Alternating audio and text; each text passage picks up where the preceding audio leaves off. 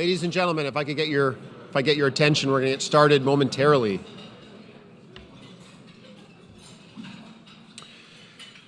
Ladies and gentlemen, please join me in welcoming our webcast viewers. My name is Andrew Graham. I'm president of the Canadian Club of Toronto and very pleased to be your host for today's event. Viewers, thank you for joining us. We are nearing the close of another successful season at the Canadian Club. This is our 122nd season, and we're really proud that we continue to do what we're focused on, which is bringing people and ideas that matter to Canadians to this podium, to share them with all of you and to be able to facilitate great conversations. We were saying at the table that even though we live in the age of technology and the internet, some things haven't changed. The desire to sit down with people that you know or may not know and share a meal and listen to a great speech is something that has not changed despite the advent of Twitter and Facebook and other kinds of social media. Many people and organizations come together to make events like today possible. Let me thank today's event sponsor, first of all, PwC, represented by Howard Kwan, and Salesforce, represented by Peter Theocharis. Thank you.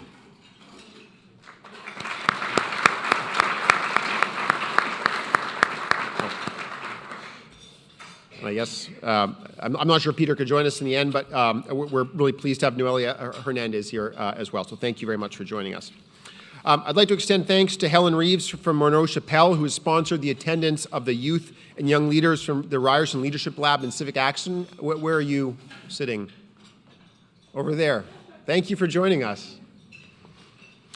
And now it's time to introduce our speaker. Canadian Tire is almost surely one of this country's truly iconic brands. It's likely that many of us still have some Canadian Tire money tucked away somewhere, perhaps in a kitchen drawer or a glove compartment. And while the paper version has changed, the popularity of the brand and its endurance has not. Allan MacDonald is the Executive Vice President, Retail at Canadian Tire Corporation. He oversees the retail giant's 1,700 retail and gasoline outlets across the country. These include Canadian Tire stores, Sport Chek, Mark's, and Helly Hansen. Allan is leading Canadian Tire's shift to become a more product and brand-led company, and the results have been impressive. Allan has held several leadership positions, including President of Canadian Tire Retail, Senior Vice President of the Automotive Division, and I was told at lunch that he is a car aficionado, so I'm sure that was a especially fun role for him. Chief Marketing Officer and Vice President of Corporate Strategy. Before his career at Canadian Tire, the Cape Breton native, and a quick hello to the table from Acadia. Where are you folks? Thank you for being here. He also held roles at Bell Canada, Alliant Inc., and British Telecom. Joining Mr. MacDonald in conversation after some initial remarks is Amber Mack. Amber began her career during the dot-com boom and served as a strategist for several technology companies. She's also a popular best-selling author. Her books include Power Friending and Outsmarting Your Kids Online. She's a regular speaker at international events, and she also contributes to media organizations like Fast Company, CNN, CTV, and Sirius XM Radio. Allan, I'm pleased to pass the Canadian Club of Toronto podium over to you.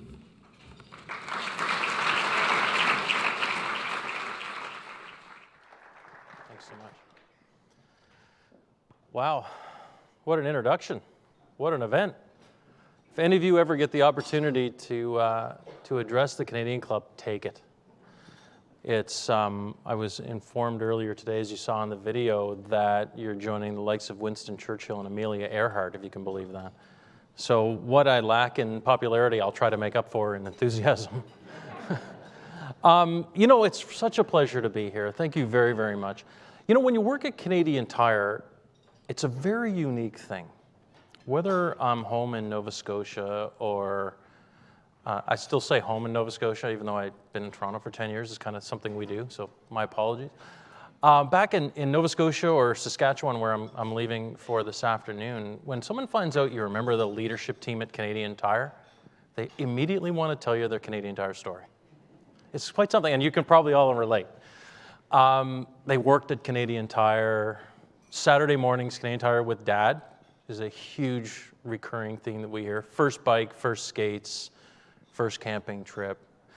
There's something about the relationship Canadians have with Canadian Tire that's quite unique. They're always proud to tell you their story. And they typically don't feel that way, I don't think, about other retailers. And we often ask why. Why do people want to relate their story of Canadian Tire? Well, I think partly it's because it brings back memories of accomplishments. We talk about being the home for the jobs and joys of life in Canada. Well, some of those jobs are big accomplishments, and some of the joys we just talked about. They're childhood memories or adult memories, but there's an affinity people have with our brand that has a lot to do with life in Canada. It's tough to build that. And it's not just about the product. People seldom feel romantic about a sweater they had when they were 12 or their dishwasher. There's something about Canadian Tire. So I'm often asked, how do you create that relationship with your customers, and how are you going to sustain it? What makes it so special, and how are kids born in 2019 going to feel that same thing when they meet the president of Canadian Tire 30 years from now? What are they going to say? Well, their life is going to be totally different than ours. Their jobs and their joys of this lifetime will not be the same as the jobs and joys of our lifetime. So how do we make that possible? How do we stay relevant? That's what I'd like to talk to you a little bit about today. I think staying relevant has to do with a couple of pretty fundamental things. One, you got to be curious. Never, ever extinguish that sense of curiosity. You have to be willing to challenge and adapt your model. Model's another way. You can say process or you can say tradition. But you have to be willing to reinvent yourself. And you have to be able to build loyalty with those that are following you. So today, I'd like to talk to you a little bit about some of the changes in retail. They're obviously very, very dramatic, very substantial, and it's an uncertain time. But I believe Canadian companies have lots of reason to be optimistic, and they have a very successful future ahead of them if they do a couple of really important things. Play the game, the long game, and not be too distracted by the immediate. Stay true to who they are, but also be willing to completely reinvent themselves. Not easy to do, but we're going to tell you how we think about it at Canadian Tire, share with you some of the thoughts and ideas that have worked for us in the past, and maybe there will be a little bit of insider wisdom into that that'll be meaningful to all of you. So let's first start with understanding what's changing, and more importantly, what's not. Getting this right is incredibly important. You're going to hear me talk about this over and over, but there's facts behind the headlines that are slightly different, and when you look at them closely, the conclusions you draw are a little bit more informed. So let's start talking about people. Okay, everybody wants to talk about millennials, right? I think millennials get a bad rap. So they're lazy, entitled, they live in their parents' basement, they're altruistic, they recklessly spend money on experiences, and generally not making that much of a contribution to society. Well, is that really true? Or are they just the next generation that the last generation likes to judge? They're really, if you think back to younger generations, are they that different? They're just young people who are trying to live a different life than their parents did in a different world. Do they even look that different? Coachella is the new Woodstock. Hipsters are the new hippies. Hippies popularized marijuana. Hipsters were kind enough to legalize it. They're just another generation of young people who are passionate and full of optimism, and they're looking to live different lives than their parents in a different world. But so were their parents. They're so similar. This photo struck me. If you'd like to take a guess of which one is Coachella and which one is Woodstock. Well, if you've got a really keen eye, you can probably tell by the sunglasses. The photo on the right is Woodstock, and the one on the left is Coachella. Really not that different when you look a little bit more closely. But one of the ways millennials are often cited as leading a trend and being different is they don't own cars or houses. And as a retailer, people say that's really important. Blanket statements, millennials don't drive. Well, in some cases that's true, but that has nothing to do with millennials in my mind. That's about urbanization. So let's talk about urbanization for a few minutes. No big surprise that more people are migrating to Canadian cities now than ever before. But that's not just a millennial trend. Aging Canadians are downsizing to be closer to their family, to their grandkids, to healthcare. New Canadians tend to migrate to major centers. And when you look beyond the headlines, what are the impacts of things like home ownership? Well, in 1980, 6% of new housing starts in Canada were condominiums, 6%. In 2018, 33%. So virtually today, 1/3 of new houses in Canada are condominiums. Now, the average condominium in Canada is 750 square feet. The average house in Canada, when you include the basement, is about 3,000 square feet. Think about the practical reality here. Forget how people feel about life and technology and all those things. Practically speaking, we have a physics problem. Because people who live in condominiums simply not only don't need, but have nowhere to put a lot of the products that Canadian Tire has been famous for. If you look behind me, this is a parking lot, obviously, something near and dear to our hearts at Canadian Tire. On the left, you see 4.5 parking spaces, which is roughly 750 square feet. And on the right, you see 19 parking spaces, which is roughly 3,000 square feet. The reality is, condo, house. 1/3 of new houses in Canada, condo. No front yard, backyard, attic, shed, garage. The products we're famous for, they just simply don't need. So as the average house in Canada is shrinking, our product assortment is actually growing because this is a whole new market for us and for other retailers that we're going to have to understand. And this is where, these examples over and over you'll see, if you're not prepared to reinvent and to change, you're chasing a market share that's shrinking. But another big factor that's impacting our lives is obviously the acceleration of technology. I don't need to tell you much about this, and I think it's, we can spend too much time in technology, and I'll tell you a lot of the things you already know. But technology is obviously impacting everything that we do. How we communicate, how we do our banking, how we share experiences, and of course, how we shop. At Canadian Tire, we exist to help people with the jobs and joys of a lifetime in Canada. Imagine how those jobs and joys are changing because of the impact of technology on everything that we're doing. I'll give you a little example. Not surprisingly, screen time with kids has gone up quite a bit over the last couple of years. How much may surprise you? 5 years ago, the average screen time for a child in Canada was 2 hours a day. Today, 7. Now, 7 hours a day of screen time, to put that in context, is the equivalent of flying from Toronto to Paris every single day. That's how much technology is impacting the lives of kids. So what does that mean for retailers? Well, behind the blanket statement, frankly, we don't know. You can ask yourself some pretty important questions like, is this the death of the playground, of the bike ride, of the fishing trip? Are they going to be replaced by technology? Well, and there's alarming reasons to believe that may be true. The game Fortnite, which my 7-year-old is obsessed with and has never seen. It's that popular. But the game Fortnite went from launch to 250 million users in 24 months. And the NCAA in the States is now offering athletic scholarships for e-gaming. The impact of this is real, and where it's going to go, we don't know. Having said that, there's still reasons to be optimistic when you look past it all. Today in Canada, enrollment for athletics, for recreational athletics for kids, is at its height in history. It's never been higher. And last year, Canadian Tire family of companies sold 500,000 bikes.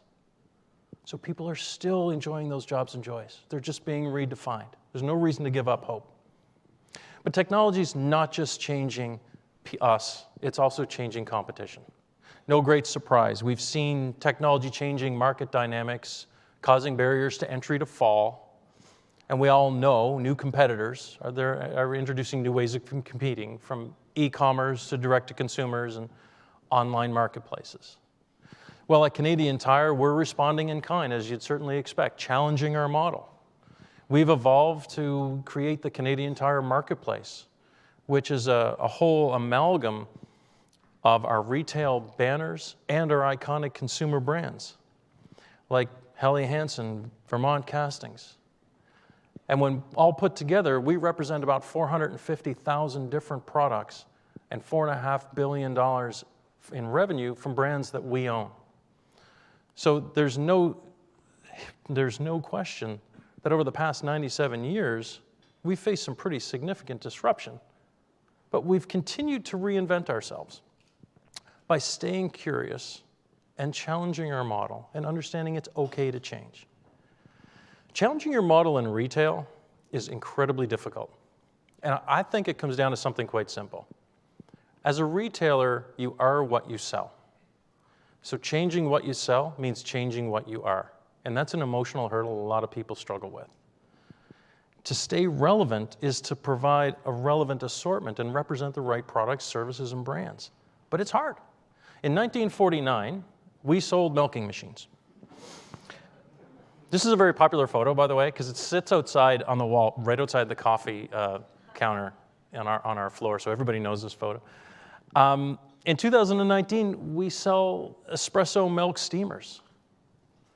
We have to be aware life's changing. You remember that ad campaign that Canadian Tire is more than just tires? Well, today we're opening a new store in Liberty Village, completely different format, with a 250 square foot condo mock-up to show space-saving products and new sort of products that we're bringing to market specifically just for condo living. And one of the questions we struggle with is how do we confidently make these types of decisions? Is it gut instinct? And it's tough to trust your instinct today in a data-driven world. One of the ways that we do it is we have an 180,000 person panel. So we've gotten an amalgam of Canadians together and we've made them product testers for us. And I can tell you they're brutal. Some of you may be product testers for it. The Tested for Life in Canada badge you see on a lot of Canadian Tire products, numbering in the thousands now, is the child of this panel. We'll ask Canadians to give it a rating for relevance, for quality, and it doesn't get launched unless it gets at least a 4 to 5 star rating by Canadians. That type of connection with our consumers is incredibly important because it's not so much what they approve, it's what they don't. We test it for relevance, we test it for brand, for quality, for price points, and they've been critical in taking the subjectivity out of creating your assortment and actually making sure you're accountable to your customers for what you're bringing to market. The other way we do it is using the power of data. So we have 1,700 retail locations and about 500 million unique visits to our Canadian Tire family of company digital properties every year. That provides incredible insights in terms of how people are searching, what they're buying, what they're looking at, and what they're responding to. Not only that, but of course what they bought. So let me tell you a little story. Retail is detail. It's one of the things I learned when I joined. It all comes down to one product, right? Because you are effectively that one product that's in the basket that's meaningful. So it always breaks down to something quite granular in retail. So let me talk to you for a minute about hockey sticks. Something near and dear to my heart, I'm sure yours. What % of Canadians do you think shoot left and right? Hockey. Roughly 50-50? 70-30? Well, we for about 96 years thought it was 50-50.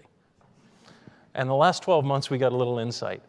It's actually 56-44. 56% of Canadians shoot left and 44% shoot right, thanks to being the number 1, 2, and 3 biggest hockey retailer in the world. We figured that out based on historical sales. But what's really interesting is that in the Maritimes, 75% of people shoot left. And in BC, 75% of people shoot right. Now, I don't know if that's an East Coast, West Coast thing, but the right-hand coast shoots left and the left-hand, maybe it's like the reason the toilets go backwards in Australia. So understanding that, can you believe it's 2019 and we're just learning these things? Think about the impact that has on having the right inventory. Forget the right product, but just being able to stock it appropriately across the country is incredibly important. But it's not just a matter of being in stock. Brands are important too. And if I think of, using that hockey stick example, brands matter. If you look at the innovation in hockey sticks in the last 30 years, a hockey stick has gone from about $20 for the best stick on the market to about $350. And that has to do with innovation and brand. You know, it's funny, in the 80s, Wayne Gretzky rewrote the record books in professional hockey probably forever with a Titan hockey stick. I was joking to the team, I could put a tractor trailer load of Titan hockey sticks on the steps of Canadian Tire's head office and they wouldn't even get stolen. I mean, you couldn't give them away. But we launched a $389 Bauer stick, limited edition stick last season, and it sold out in 7 days. We had lineups in store of people coming to buy it. That's the power of brands. Brands can break commoditization, they build connections with their customers, and of course, from a profitability standpoint, they elevate you beyond commodity trading and give you an opportunity to drive profitability in your business. I'm sure I don't have to convince you of the power of coveted brands, but it's something that's incredibly important to the success of our business and retailers going forward. You know, my 7-year-old, Angus, he never asks me for multicolored interconnecting blocks. He asks for Lego. So even at that age, people get it. You know, over the course of the last 98 years, Canadian Tire has partnered with some incredible famous brands, and we've like to think we've helped make them even more famous in Canada.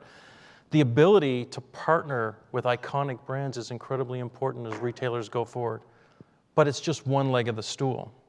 We've also built a strong stable of our own iconic brands. From Motomaster in 1934 all the way to today, Canadian Tire has invested in acquiring and building brands that'll give us an opportunity to have products that are exclusive to us, to brands that are exclusive, and helps us differentiate from our competitors who look and feel the exact same some days. As I mentioned earlier, we have $4.5 billion in own brand sales.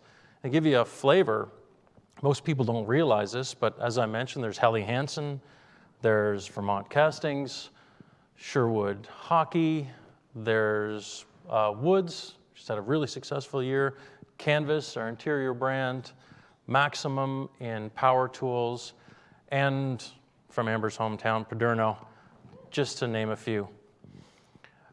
You know, over the course of the last few minutes, I've been telling you about what we're doing to change the game. We're asking questions.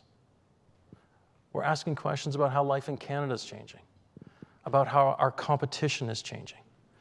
We're using data to build compelling assortments, and we're getting the right brands by having great partnerships and buying our own and buying and building our own.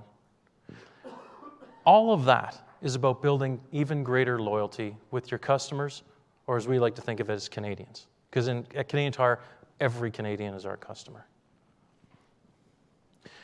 But when we talk about building loyalty, you can mean two things.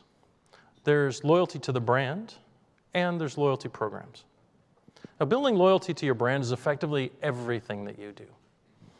But loyalty programs are something separate and aside, although they're a contributing factor too. And in retail today, especially in Canada, loyalty programs have become more important than ever. They've gone far beyond discount programs.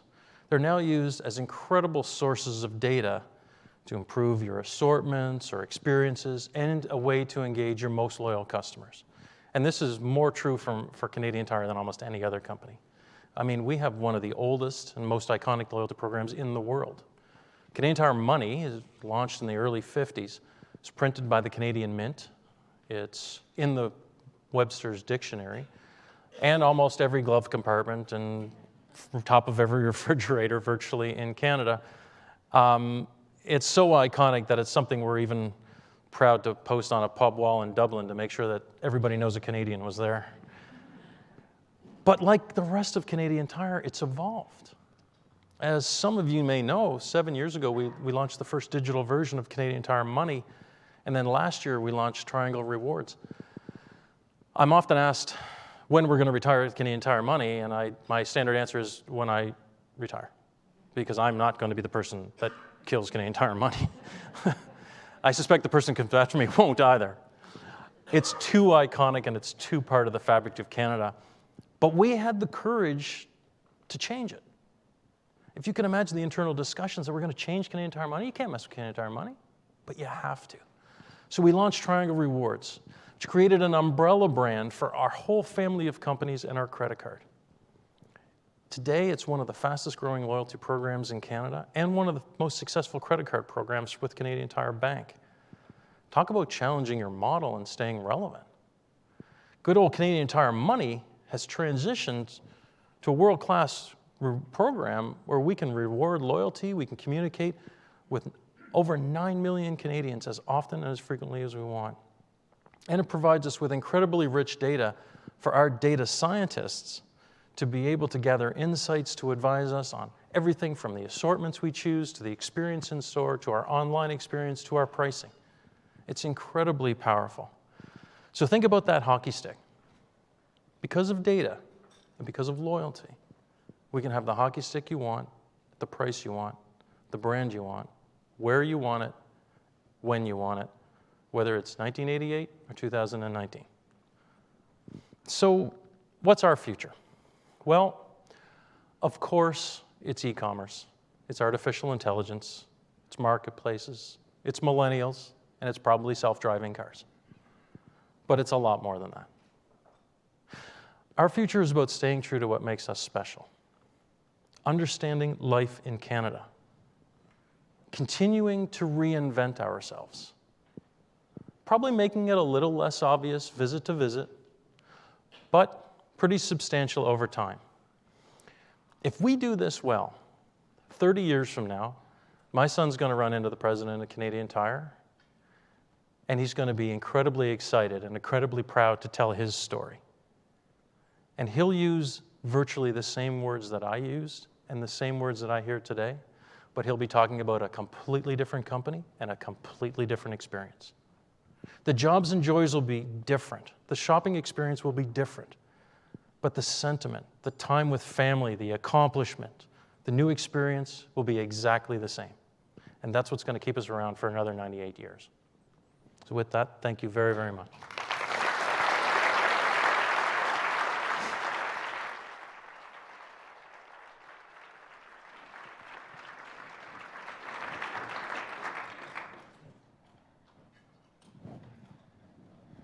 Thank you so much. Thank you. Thank you. All right. I do have a Canadian Tire story spinning in my head. Bring it. Let's hear it. I was living on the East Coast where I'm from. We've talked about this before. And I was going to school at the University of King's College. And I went camping and we bought a tent and it was really quite windy. And the tent blew up into the air and it got a bunch of punctures in it because of a tree branch. And we thought, well, we heard that Canadian Tire will take back anything. Let's see if they'll take this back. Sure enough, they did. I think I told Ambrose, but we call them renters. We do. I was in college, okay? People that buy tents on Friday and have to return them on Monday. It worked out okay for me. It did, and we're glad. And it's great to have you as a customer. Excellent. So when we were talking on our call before this event, you said something that just really stuck with me. You said that Canadians love to talk about hockey and politics. And in many ways, Canadian Tire is really at the intersection of both of those. Let's talk a little bit more about that. Yeah, I mean, it is actually. It's funny. We're certainly at the center of hockey. We try to stay out of the drama side of hockey. And more at the center of politics than you probably realize. So ratified. Had some pretty big implications for the consumer side of life in Canada. And whenever that happens, I mean, it affects retailers of our size and sort of concentration in Canada quite dramatically, which means that it's going to also impact Canadians quite dramatically. You know, the global, from a global geopolitical standpoint, Canadian Tire is the largest trading partner with China in Canada of any industry. So about 3% of Chinese imports are Canadian Tire. We opened our first office there in 1988, so we were a long-time trading partner with China. And when you start to talk about things as major as disruption of trade or tariffs, that has a big impact on our business. But things like the price of oil has a big impact. And for us, it's about managing risk. It's about continuing to maintain your business with that kind of uncertainty. but it's also our relationship with Canadians and how we make sure that the impact to Canadians is as sort of managed and as transparent as possible. So you've been at Canadian Tire for 10 years. 10 years, yeah. And one of the things that I've seen you talk about before is many of the bold moves that have been done at Canadian Tire. If you think about your history over the past decade, what bold initiative are you most proud of? Well, I'd say two. Launching Triangle was game-changing for us. Triangle is going to be, in terms of our aspiration, it'll be the loyalty program and credit card for Canadians, and maybe a few other things that I can't talk about. I'd like to see someone land in Canada who's moving here, and they run into you, and the first thing you say when they ask for advice is, well, you have to have a Triangle card. Because you're going to do so much business with Canadian Tire and their family of companies. It's worth it, and the more you do, the better it is, and it just becomes synonymous with life in Canada, the way Canadian Tire Money did. I think that's going to be game-changing for us, and then it opens up a lot of doors from the technology side. In terms of bold public moves, Helly Hansen was a big one, $1 billion. That really, in our minds, was a public declaration of our commitment to our owned brand strategy, our private label or our national brand strategy. And so far, it's been a huge success. Helly this year has done, they're going to go from about $30 million in revenue in Canada to about 100.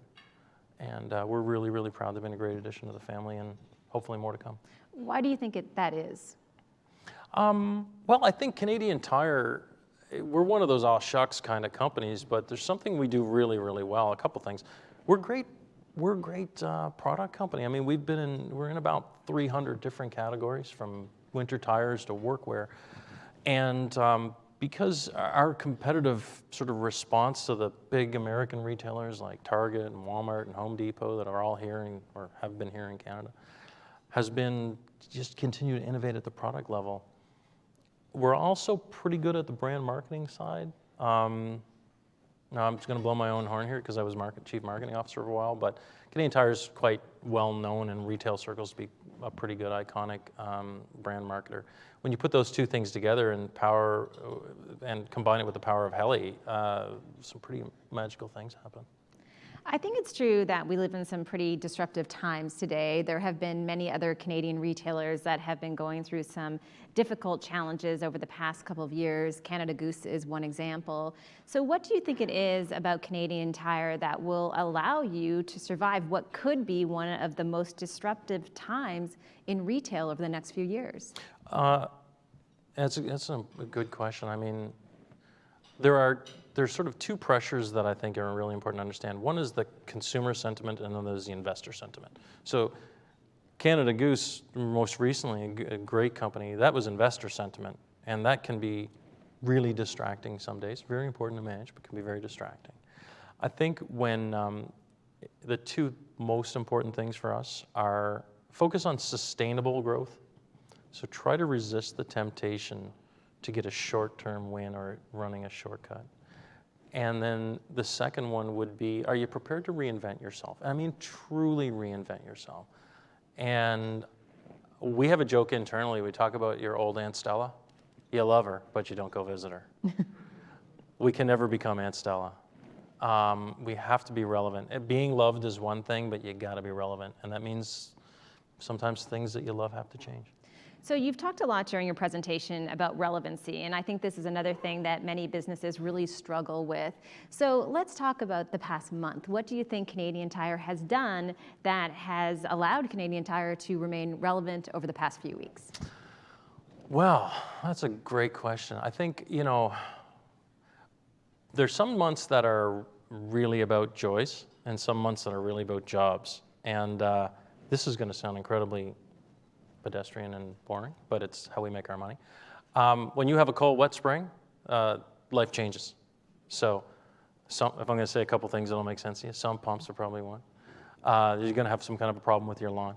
Life in Canada, and again, it's really important. There's jobs and there are joys. It's been a rainy season, so we sell about $60 million a year in rubber boots. They've been going really well. Raincoats, Helly Hansen's been doing well. So it's really about how do we use, in a lot of cases, data and technology to engage consumers with what's top of mind for them. And that's about keeping, keeping our brand relevant. Now, here's the really interesting thing. All the products that we've been promoting and selling over the last year, we bought at least 18 months ago. So the time window for which you're projecting is really, really long, and you have to be quite buttoned down to be able to do that. I think another impressive thing that you've done, since we are just on the heels of the Raptors championship, is just before Game 5 with Hoop Dreams. If you could talk a little bit about that, that might be another point of relevancy. Yeah, we, whenever we have a big playoff run in Canada, especially for Sport Check, it's a big deal.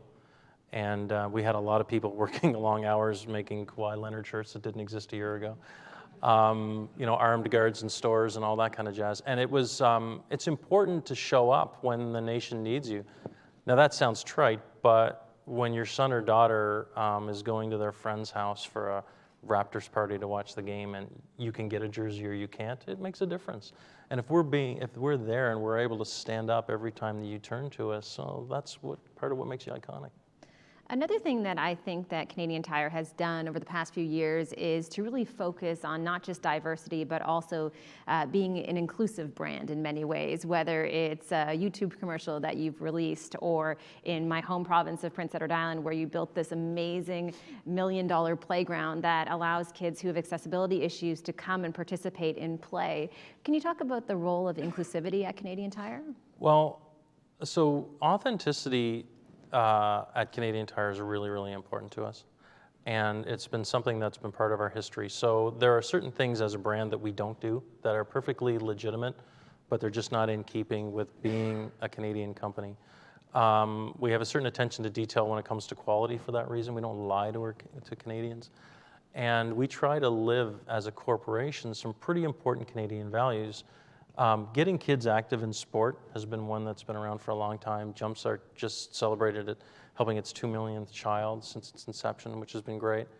But also, inclusivity and diversity are really important to us. We, during the Olympics last year, we decided to dedicate our Olympic advertising time to this notion. And we did 3 TV ads, one of which was called Wheels. And it was the story of a young boy who was excluded from play because he was in a wheelchair, and then at the end was included.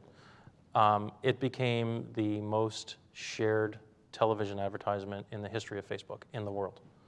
And, after 400 million shares, we kind of lost count, but it was covered by most major daily newspapers, and I mean in the world, from the Times of India to Spain to Japan. And we thought, wow, what a great tribute to Canadian virtues that this would be shared and have a maple leaf on it. And the fact that we were behind it was a nice kind of bonus too. We just have a few minutes left, and since I already walked the wrong way around the table, I have to end on time or I'll be not invited back. So I wanted to kind of do rapid fire. We have maybe 3 or 4 minutes left for some questions. This is kind of a big one. The first question is, in a world dominated by Amazon changing customer expectations around shipping and convenience and what that looks like, how is Canadian Tire adapting to meet that same sort of demand? Jury's out on where this is all going to end, so I'm going to try to answer it quickly. But it's going to be disruption, there's no question. Having a great model and mediocre products is a death sentence. So we have to have a competitive model, but a compelling reason to shop us once the model's kind of there and done. And we're working really hard to never lose focus on the facts that the bright products, brands, assortment, and in stock is going to be what makes a difference. You also mentioned something on our call about the environmental impact of some of these big e-commerce giants, which I thought was really interesting. Yeah, I mean, I wonder, part of where this is all going to play out is Canada's a big country, and delivering single units to house, to home, it's very, very expensive. And there is no economies of scale with that. It will always be 10,000 kilometers wide. Having said that, single-use packaging by product, you're effectively getting products at home that are wrapped and then wrapped again. And I'll be interested to see the country's tolerance for that. This is an interesting question. How does the use of digital signage and music play a role in customer experience at Canadian Tire? Honestly, Yeah. doesn't make much difference. We've spent a lot of money on digital signage, and frankly, it's been a bit of a bust. Now, when you're, price tags aside, people like to see those. Yeah, we found, at one point we did an interactive shoe wall, and I was on the other side of that argument where I said, I don't get why you'd put digital shoes next to actual shoes. And turns out that the customer didn't really respond. So yeah, that's where you can do a lot of really interesting things, but at the end of the day, people are quite practical, like the touch and feel products. How important is creating a recognizable brand to succeeding as a business in 2019? I feel as though you answered this somewhat in your presentation, but maybe just talk about its importance going forward and how that will continue to drive customers. Well, your brand's everything. I was saying to Laura, we were chatting earlier, it's a circuitous argument. Your brand is everything. And people will think what they think about you based on the experience with you, and therefore that's your brand. And you just start to get this cycle, but we think of your brand as effectively your epitaph, the thing that people say about you when you're not in the room. And if you're relevant, that's what people are going to say. And if there's a reason to engage with you, that's what people are going to say. And if there isn't, there won't. So a strong brand is really the result of what you've accomplished as opposed to what you're trying to achieve. What would you say to someone to convince them that Canadian Tire is a future success story, if you just had a minute with that person? This little strategy of challenging yourselves and trying to keep your head down, focus on your customers, not the newspapers. We like to make, have accomplishments rather than headlines. Canadian Tire's outperformed the market for the last 40 years by a pretty substantial margin. And I think that has to do with a fairly strong sense of obligation to the nation and to, quite honestly, putting Canadians first and making sure that you're always obsessively focused on being relevant. This last question is perhaps a quick one. You answered it a little bit, but maybe you can dive into it further. How has Canadian Tire been celebrating the Raptors' historic win? Well, I got kicked out of my office yesterday because people were watching the parade. We had to close 2 stores because we couldn't control the crowds for Raptors jerseys. And we're an MLSE partner, and look, we couldn't be prouder. And I think I'll join the throngs of Canadians who've said, now let's just add a Stanley Cup championship to that and we'll be done. Excellent. Well, thank you so much. Thank you very much.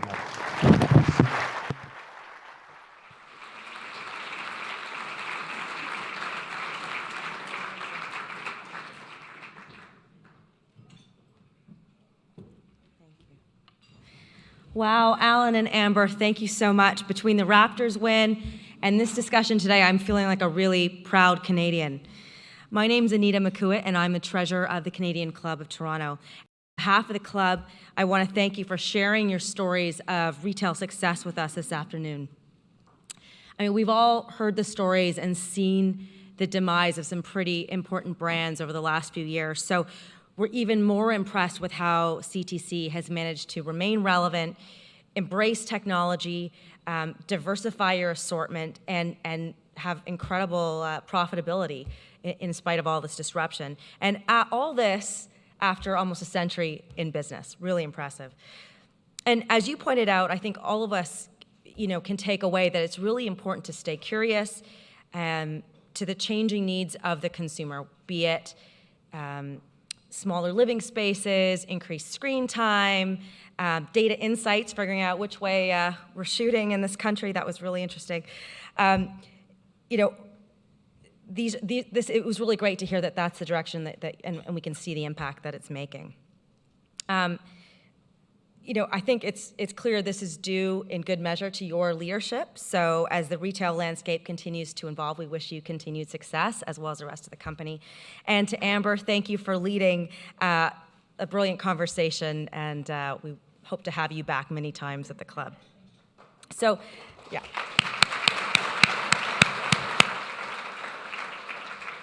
So before we conclude, let me tell you a little bit about our upcoming event. It's our final event of our season on next Tuesday, June 25th. The CEO of the Canadian Business Growth Fund, George Rossalatos, will be here to speak about getting entrepreneurs to think bigger, and we hope you can attend that. I'd like to extend another round of thanks to today's event sponsors, PwC and Salesforce. And thanks to mediaevents.ca, Canada's online event space, and VVC for live streaming today's event. Thanks for coming, and we hope to see you again soon.